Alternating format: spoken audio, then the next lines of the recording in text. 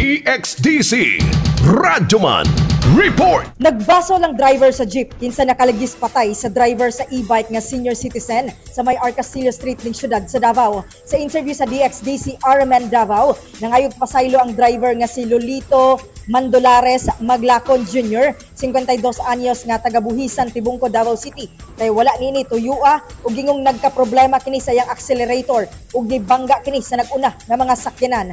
Akuon matud pa niini ang responsibilidad ug atubangon ang kasong ipasang at kaniya. Yung accelerator na kumamba, wild ba? Nag-wild ako accelerator, pagtamak na ko ba? Tarong kay pagduko na ko, paghanggad na ko, ano man itong kuwan, banggaan na ko ba? Aminado gid ka nga sayop ni mo to. Okay, banggaan na ako, diskrasya mo yun, mga ayun ko, pasaylo ka na.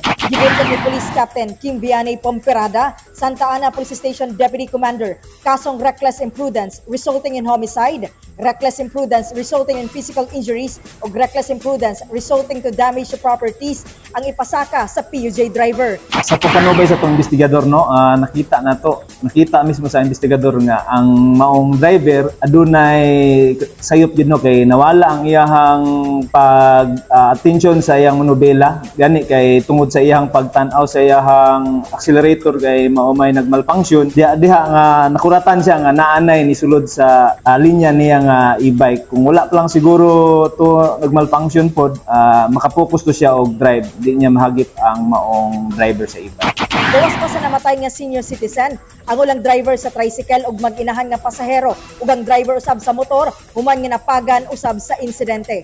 Nakakustodiya karon sa Santa Ana Police ang PUJ driver. Kasama mo sa balita ug serbisyo publiko, Radyoman Amy Genita, Tatak RMN.